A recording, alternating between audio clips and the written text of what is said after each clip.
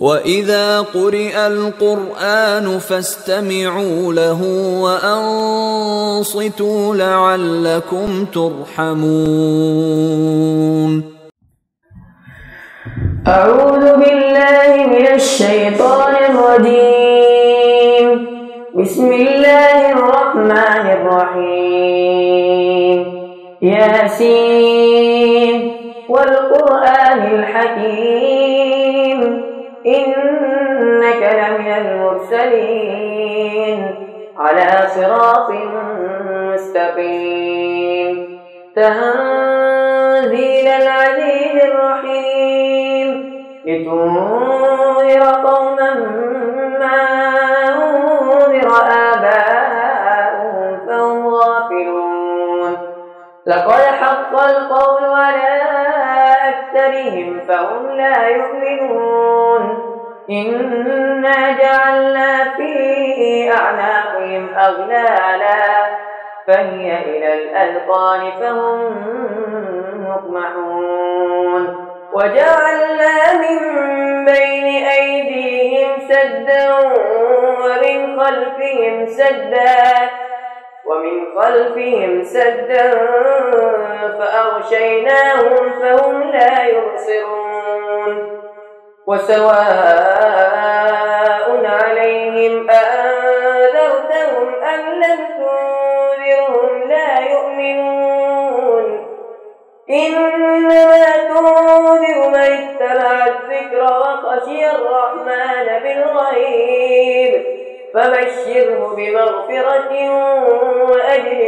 كريم.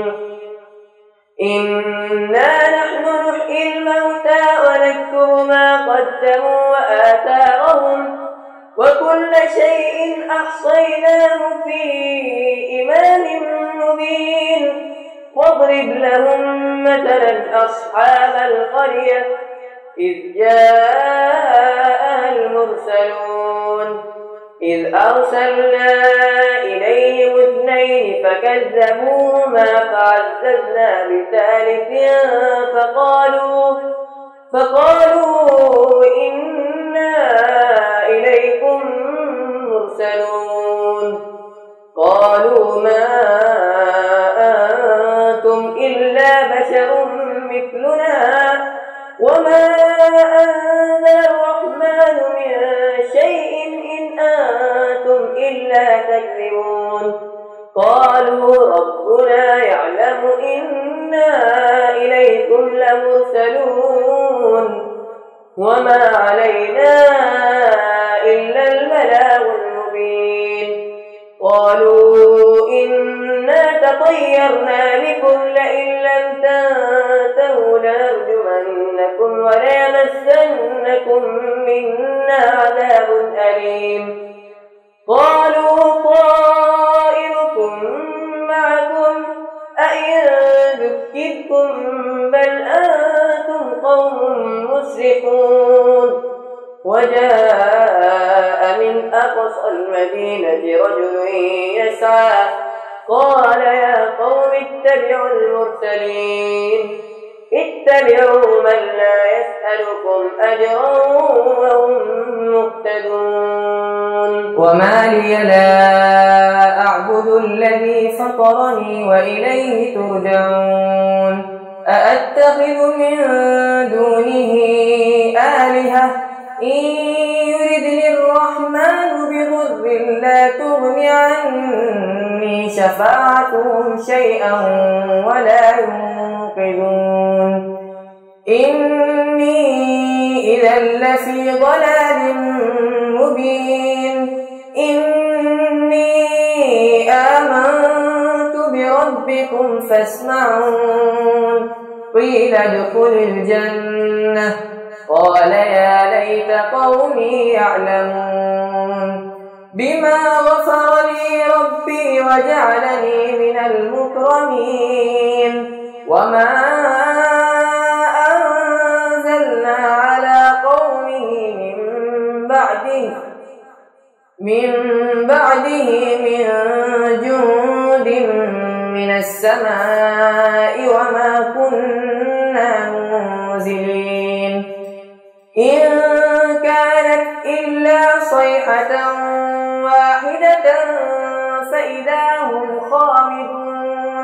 يا حسرة على العباد ما يأتيهم من رسول إلا كانوا به يستهزئون ألم يروا كم أهلكنا قبلهم من القرون أنهم إليهم لا يرجعون وإن كل لما جميع لدينا محضرون وآية لهم الأرض الميتة أحييناها وأخرجنا منها حبا فمنه يأكلون وجعلنا فيها جنات من نخيل وأعناب وفجرنا فيها من العيون ليأكلوا من ثمره وما عملته أيديهم أفلا يشكرون سبحان الذي خلق الأزواج كلها مما تنبت الأرض ومن أنفسهم ومما لا يعلمون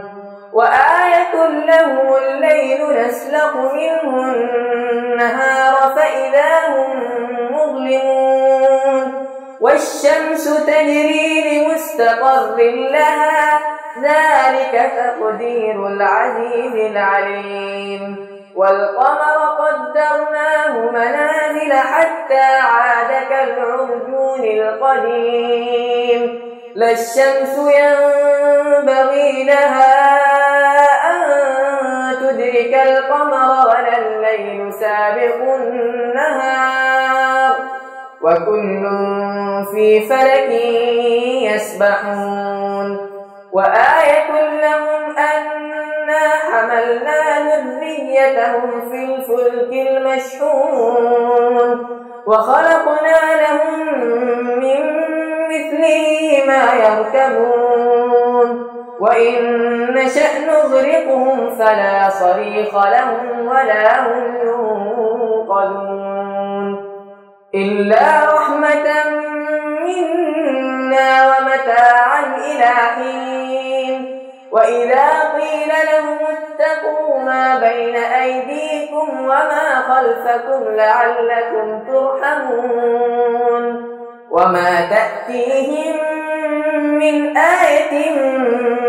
من آيات ربهم إلا كانوا عنها معرضين وإذا قيل لهم أنفقوا مما رزقكم الله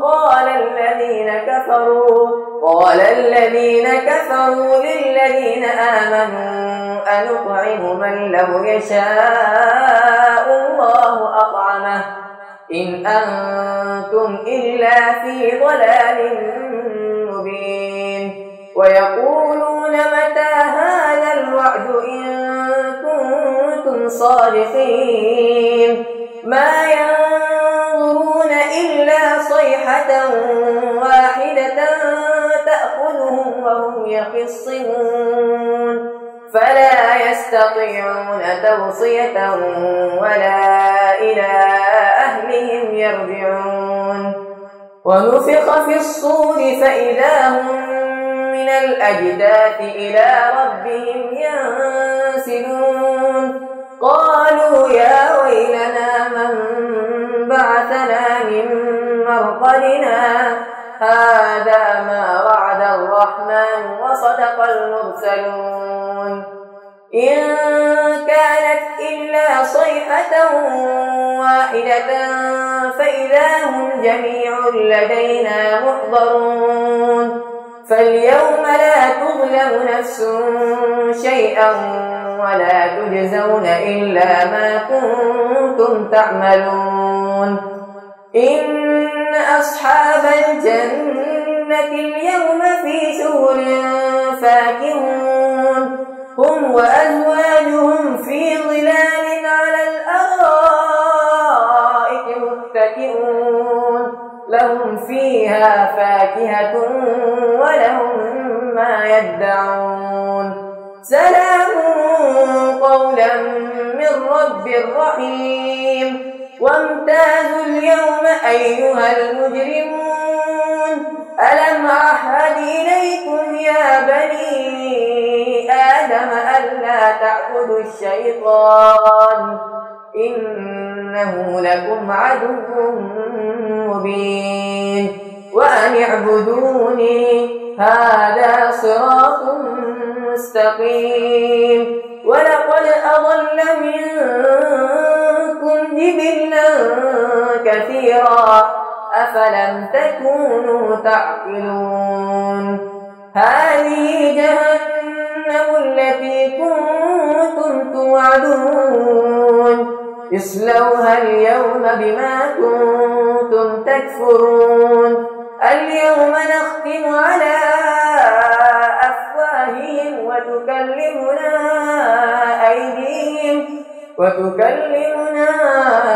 أيديهم وتشهد أرجلهم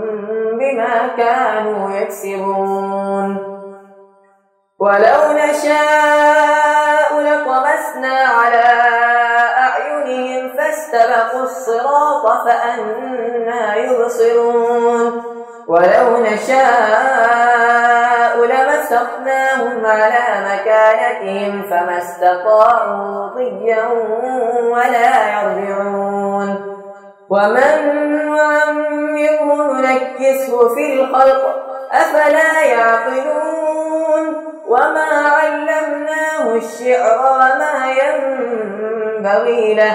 إن هو إلا ذكر وقرآن مبين لينذر من كان حيا ويحق القول على الكافرين أولم يروا أنا خلقنا لهم مما عملت أيدينا أنعاما فهم لها مالكون وذللناها لهم فمنها ركوبهم ومنها يأكلون ولهم فيها منافع ومشارب أفلا يشكرون واتخذوا من دون الله آلهة لعلهم ينصرون لا يستطيعون نصرهم وهم لهم جند محضرون فلا يحزنك قولهم إنا نعلم ما يسرون وما يعلنون أولم ير الإنسان أنا خلقناه من نطفة فإذا هو خصيم مبين وضرب لنا مثلا ونسي خلقه قال من يحيي العظام وهي رميم قل يحييها الذي أنشأها أول مرة وهو بكل خلق عليم الذي جعل لكم من الشجر الأخضر نارا فإذا أنتم منه توقدون أوليس الذي خلق السماوات والأرض بقادر على أن يخلق مثلهم بلى وهو الخلاق العليم إنما أمره إذا أراد شيئا أن يقول له كن فيكون فسبحان الذي بيده ملكوت كل شيء وإليه ترجعون بسم الله الرحمن الرحيم والصافات صفا فالزاجرات زجرا فالتاليات ذكرا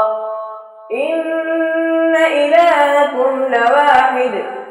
رب السماوات والأرض وما بينهما ورب المشارق إنا زينا السماء الدنيا بزينة الكواكب وحفظا من كل شيطان مارد لا يسمعون إلى الملأ الأعلى ويقذفون من كل جانب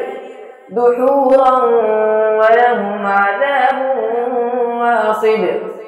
إلا من خطف الخطفة فأتبعه شهاب ثاقب فاستفتهم أهم أشد خلقا أم من خلقنا إنا خلقناهم من طين لازب بل عجبت ويسخرون وإذا ذكروا لا يذكرون وإذا رأوا آية يستسخرون وقالوا إن هذا إلا سحر مبين أإذا متنا وكنا ترابا وعظاما أإنا لمبعوثون أوآباؤنا الأولون قل نعم وأنتم داخرون فإنما هي زجرة واحدة فإذا هم ينظرون وقالوا يا ويلنا هذا يوم الدين هذا يوم الفصل الذي كنتم به تكذبون احشروا الذين ظلموا وأزواجهم وما كانوا يعبدون من دون الله فاهدوهم إلى صراط الجحيم وقفوهم إنهم مسؤولون ما لكم لا تناصرون بل هم اليوم مستسلمون وأقبل بعضهم على بعض يتساءلون قالوا إنكم كنتم تأتوننا عن اليمين قالوا بل لم تكونوا مؤمنين وما كان لنا عليكم من سلطان بل كنتم قوما طاغين فحق علينا قول ربنا إنا لذائقون فأغويناكم إنا كنا غاوين فإنهم يومئذ في العذاب مشتركون إنا كذلك نفعل بالمجرمين إنهم كانوا إذا قيل لهم لا إله إلا الله يستكبرون ويقولون أئنا لتاركو آلهتنا لشاعر مجنون بل جاء بالحق وصدق المرسلين إنكم لذائق العذاب الأليم وما تجزون إلا ما كنتم تعملون إلا عباد الله المخلصين أولئك لهم رزق معلوم فواكه وهم مكرمون في جنات النعيم على سرر متقابلين يطاف عليهم بكأس من معين بيضاء لذة للشاربين لا فيها غول ولا هم عنها ينزفون وعندهم قاصرات الطرف عين كأنهن بيض مكنون فأقبل بعضهم على بعض يتساءلون قال قائل منهم إني كان لي قرين يقول أئنك إنك لمن المصدقين أإذا متنا وكنا ترابا وعظاما أإنا لمدينون قال هل أنتم مطلعون فاطلع فرآه في سواء الجحيم قال تالله إن كدت لتردين ولولا نعمة ربي لكنت من المحضرين أفما نحن بميتين إلا موتتنا الأولى وما نحن بمعذبين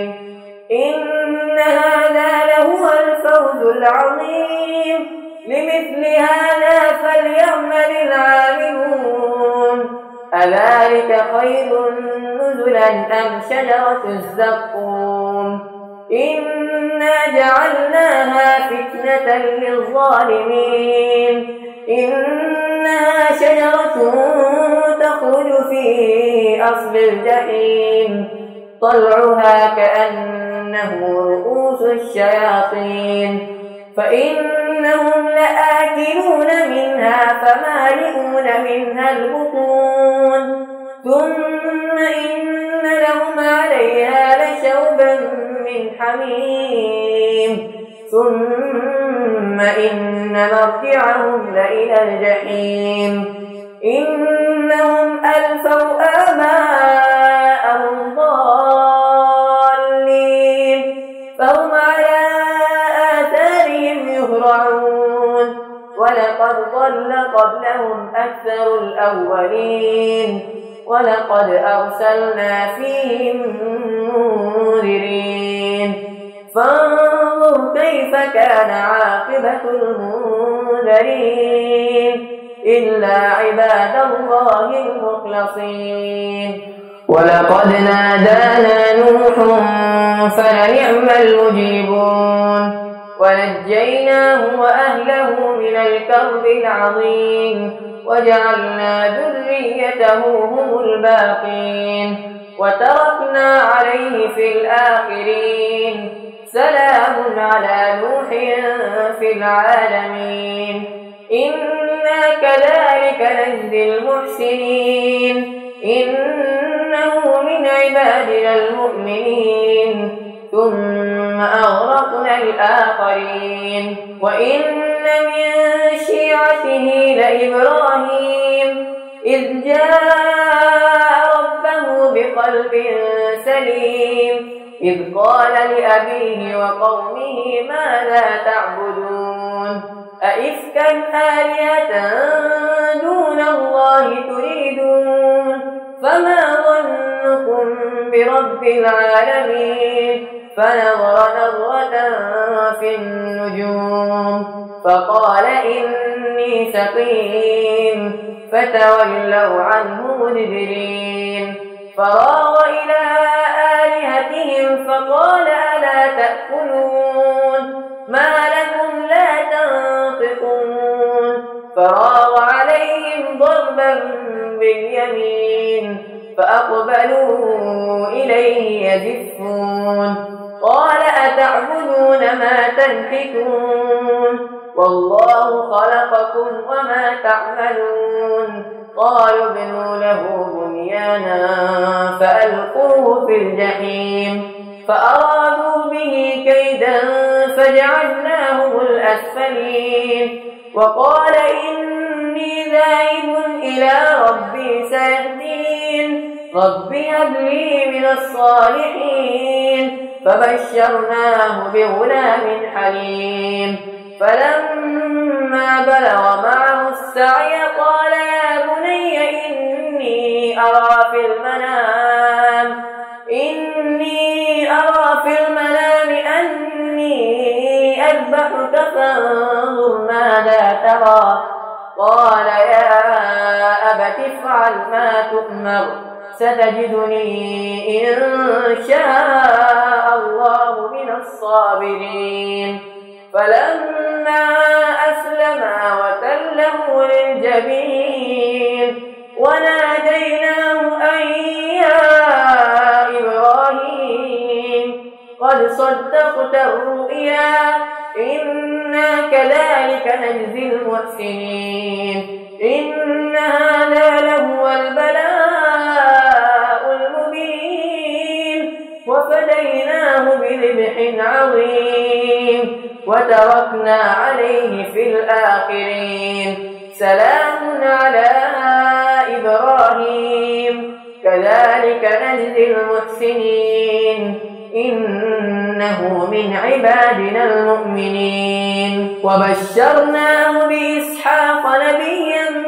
من الصالحين وباركنا عليه وعلى إسحاق ومن ذريتهما محسن وظالم لنفسه مبين ولقد مننا على موسى وهارون ونجيناهما وقومهما من الكرب العظيم ونصرناهم فكانوا هم الغالبين وآتيناهما الكتاب المستبين وهديناهما الصراط المستقيم وتركنا عليهما في الآخرين سلام على موسى وهارون إنا كذلك نجزي المحسنين إنهما من عبادنا المؤمنين وإن إلياس لمن المرسلين إذ قال لقومه ألا تتقون أتدعون بعلا وتذرون أحسن الخالقين الله ربكم ورب آبائكم الأولين فكذبوه فإنهم لمحضرون إلا عباد الله المخلصين وتركنا عليه في الآخرين سلام على الياسين إنا كذلك نجزي المحسنين إنه من عبادنا المؤمنين وإن لوطا لمن المرسلين إذ نجيناه وأهله أجمعين إلا عجوزا في الغابرين ثم دمرنا الآخرين وإنكم لتمرون عليهم مصبحين وبالليل أفلا تعقلون وإن يونس لمن المرسلين إذ أبق إلى الفلك المشحون فساهم فكان من المدحضين فالتقمه الحوت وهو مليم فلولا أنه كان من المسبحين للبث في بطنه إلى يوم يبعثون فنبذناه بالعراء وهو سقيم وأنبتنا عليه شجرة من يقطين وأرسلناه إلى 100,000 أو يزيدون فآمنوا فمتعناهم إلى حين فاستفتهم ألربك البنات ولهم البنون أم خلقنا الملائكة إناثا وهم شاهدون ألا إنهم من إفكهم ليقولون ولد الله وإنهم لكاذبون أصطفى البنات على البنين ما لكم كيف تحكمون أفلا تذكرون أم لكم سلطان مبين فأتوا بكتابكم إن كنتم صادقين وجعلوا بينه وبين الجنة نسبا ولقد علمت الجنة إنهم لمحضرون سبحان الله عما يصفون إلا عباد الله المخلصين فإنكم وما تعبدون ما أنتم عليه بفاتنين إلا من هو صال الجحيم وما منا إلا له مقام معلوم وإنا لنحن الصافون وإنا لنحن المسبحون وإن كانوا ليقولون لو أن عندنا ذكرا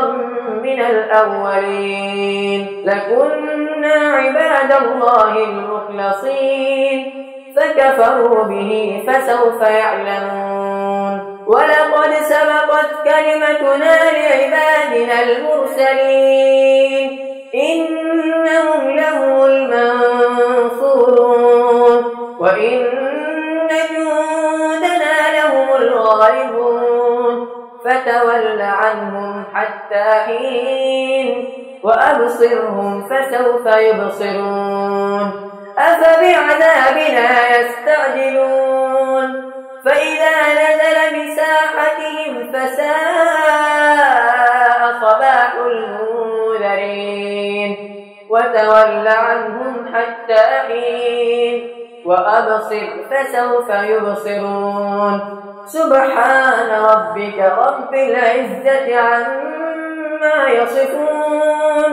وسلام على المرسلين والحمد لله رب العالمين. بسم الله الرحمن الرحيم. صاد والقرآن ذي الذكر بل الذين كفروا في عزة وشقاق كم أهلكنا من قبلهم من قرن فنادوا ولا حين مناص وعجبوا أن جاءهم منذر منهم وقال الكافرون هذا ساحر كذاب أجعل الآلهة إلها واحدا إن هذا لشيء عجاب وانطلق الملأ منهم أن امشوا واصبروا على آلهتكم إن هذا لشيء يراد ما سمعنا بهذا في الملة الآخرة إن هذا إلا اختلاق أأنزل عليه الذكر من بيننا بل هم في شك من ذكري بل لما يذوقوا عذاب أم عندهم خزائن رحمة ربك العزيز الوهاب أم لهم ملك السماوات والأرض وما بينهما فليرتقوا في الأسباب جند ما هنالك مهزوم من الأحزاب كذبت قبلهم قوم نوح وعاد وفرعون ذو الأوتاد وثمود وقوم لوط وأصحاب الأيكة أولئك الأحزاب إن كل إلا كذب الرسل فحق عقاب وما ينظر هؤلاء إلا صيحة واحدة ما لها من فواق وقالوا ربنا عجل لنا قطنا قبل يوم الحساب اصبر على ما يقولون واذكر عبدنا داود ذا الأيد إنه أواب إنا سخرنا الجبال معه يسبحن بالعشي والإشراق والطير محشورة كل له أواب وشددنا ملكه وآتيناه الحكمة وفصل الخطاب وهل أتاك نبأ الخصم إذ تسوروا المحراب إذ دخلوا على داود ففزع منهم قالوا لا تخف خصمان بغى بعضنا على بعض فاحكم بيننا بالحق ولا تشطط واهدنا إلى سواء الصراط إن هذا أخي له 99 نعجة ولي نعجة واحدة فقال أكفلنيها وعزني في الخطاب قال لقد ظلمك بسؤال نعجتك إلى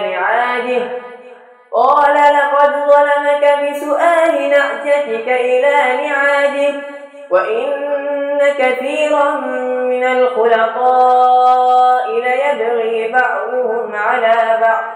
ليبغي بعضهم على بعض إلا الذين آمنوا وعملوا الصالحات وقليل ما هم وظن داود أنما فتناه فاستغفر ربه وخر راكعا وأناب فغفرنا له ذلك وإن له عندنا لزلفى وحسن مآب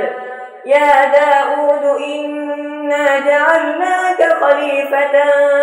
في الأرض فاحكم بين الناس بالحق ولا تتبع الهوى فيضلك عن سبيل الله إن الذين يضلون عن سبيل الله لهم عذاب شديد بما نسوا يوم الحساب وما خلقنا السماء والأرض وما بينهما باطلا ذلك ظن الذين كفروا فويل للذين كفروا من النار أم نجعل الذين آمنوا وعملوا الصالحات كالمفسدين في الأرض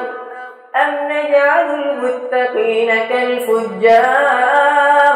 كتاب أنزلناه إليك مبارك ليدبروا آياته وليتذكر أولو الألباب ووهبنا لداود سليمان نعم العبد إنه أواب إذ عرض عليه بالعشي الصافنات الجياد فقال إني أحببت حب الخير عن ذكر ربي حتى توارت في الحجاب ردوها علي فطفق مسحا بالسوق والأعناق ولقد فتنا سليمان وألقينا على كرسيه جسدا ثم أناب قال رب اغفر لي وهب لي ملكا لا ينبغي لأحد من بعدي إنك أنت الوهاب فسخرنا له الريح تجري بأمره رخاء حيث أصاب والشياطين كل بناء وغواص وآخرين مقرنين في الأصفاد هذا عطاؤنا فامنن أو أمسك بغير حساب وإن له عندنا لزلفى وحسن مآب واذكر عبدنا أيوب إذ نادى ربه أني مسني الشيطان بنصب وعذاب اركض برجلك هذا مغتسل بارد وشراب ووهبنا له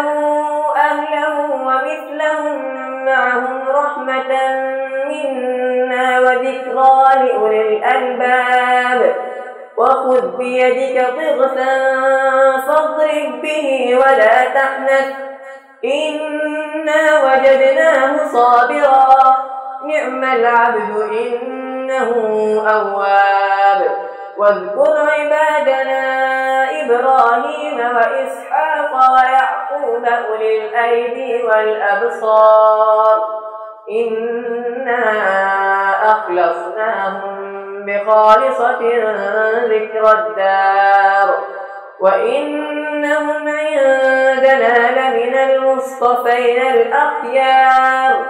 واذكر إسماعيل واليسع وذا الكفل وكل من الأخيار هذا ذكر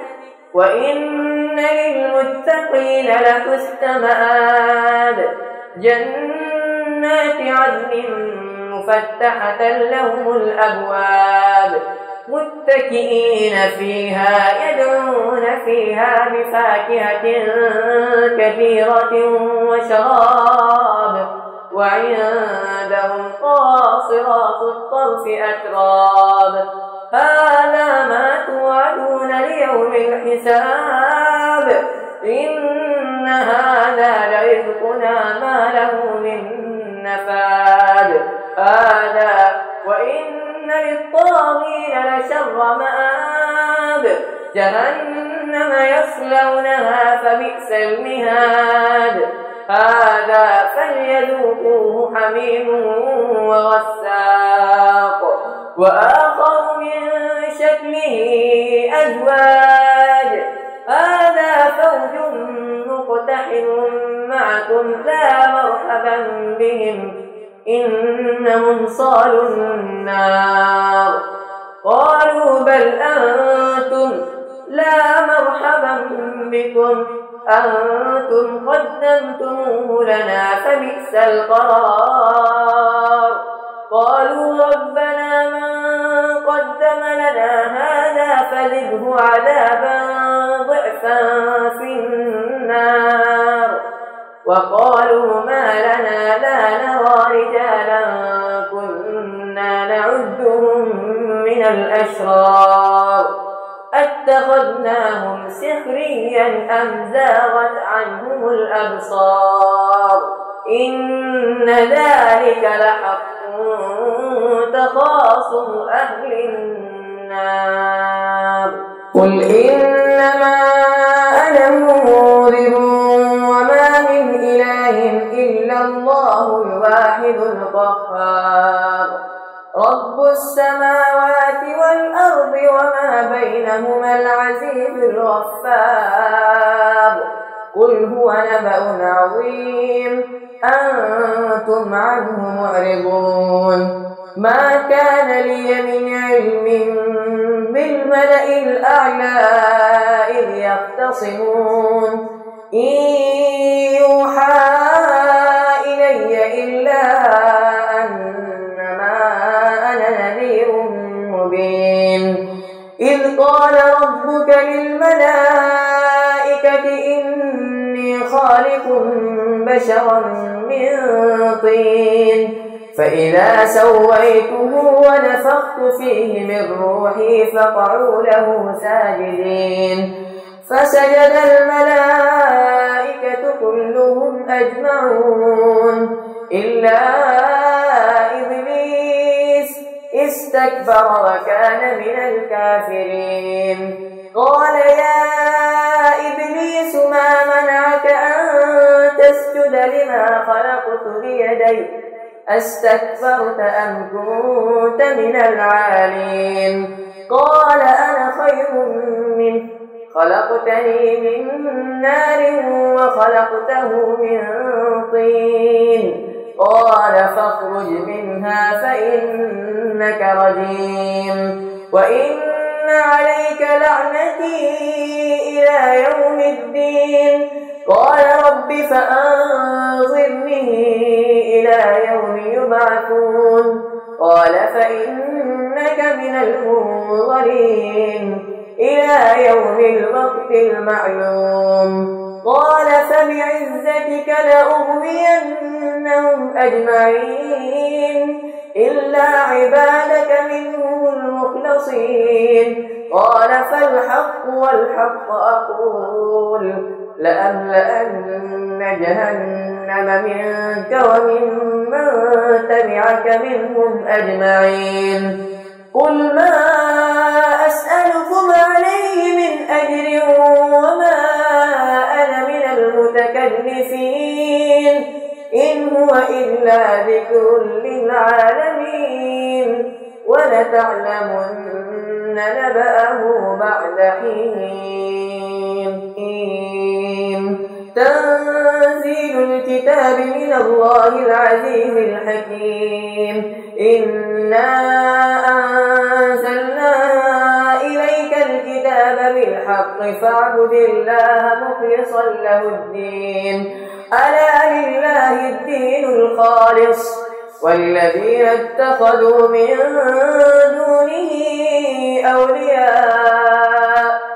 ما نعبدهم إلا ليقربونا إلى الله زلفى إن الله يحكم بينهم فيما هم فيه يختلفون. إن الله لا يهدي من هو كاذب كفار. لو أراد الله أن يتخذ ولدا لاصطفى مما يخلق ما يشاء سبحانه، هو الله الواحد القهار. خلق السماوات والأرض بالحق، يكبر الليل على النهار ويكبر النهار على الليل، وسخر الشمس والقمر كل يجري لأجل مسمى، ألا هو العزيز الغفار. خلقكم من نفس واحدة ثم جعل منها زوجها وأنزل لكم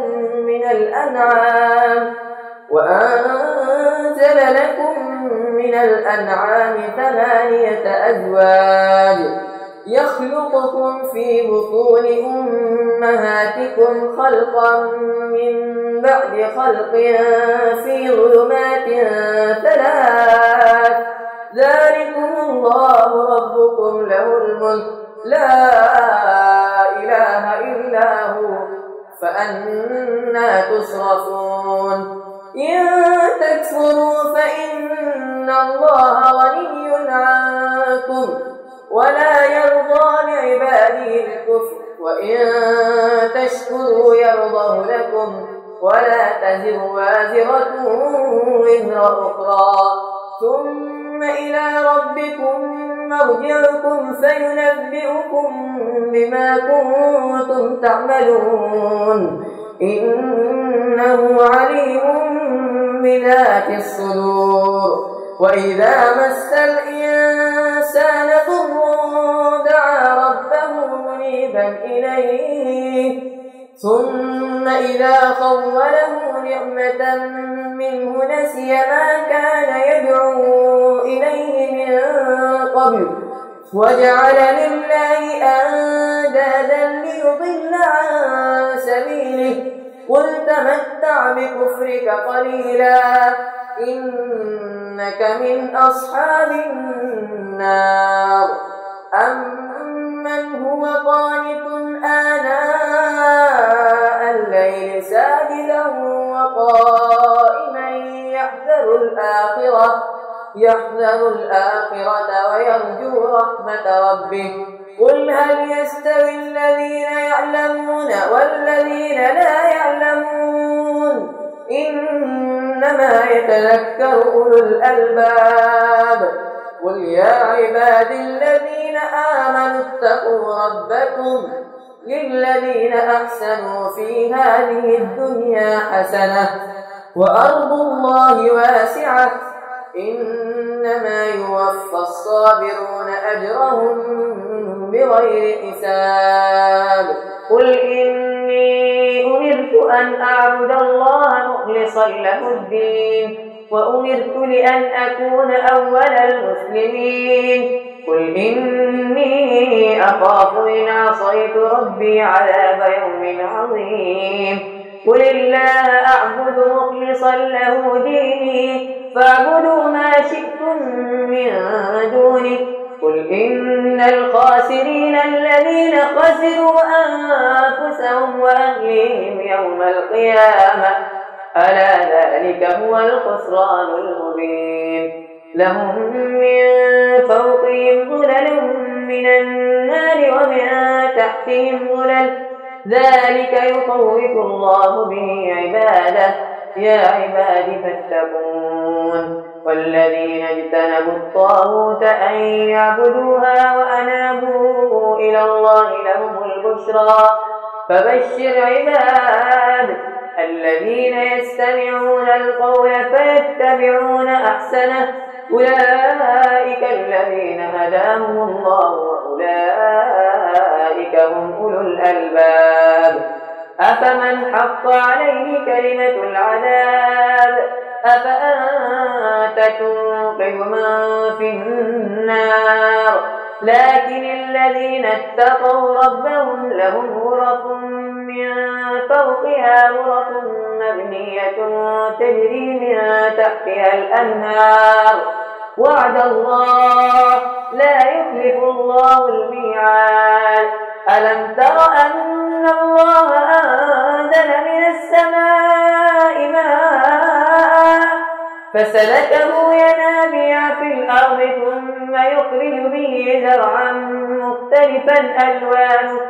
ثم يهيج فتراه مصفرا ثم يجعله حطاما إن في ذلك لذكرى لأولي الألباب أفمن شرح الله صدره للإسلام فهو على نور من ربه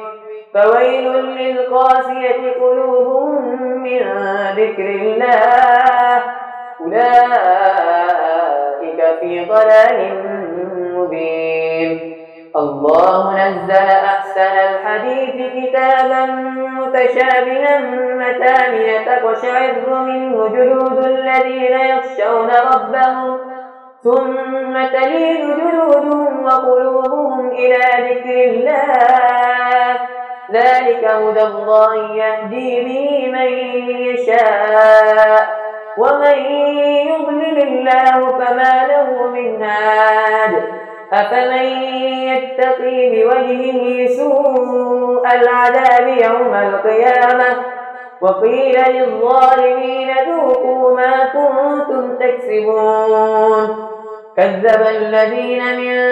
قبلهم فأتاهم العذاب من حيث لا يشعرون فأذاقهم الله الخزي في الحياة الدنيا ولعذاب الآخرة أكبر لو كانوا يعلمون ولقد ضربنا للناس في هذا القرآن من كل مثل لعلهم يتذكرون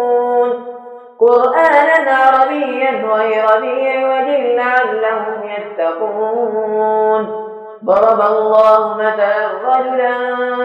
فيه شركاء متشاكسون ورجلا سلما لرجل هل يستويان مثلا الحمد لله بل أكثرهم لا يعلمون إنك ميت وإنهم ميتون ثم إنكم يوم القيامة عند ربكم تختصمون صدق الله العظيم.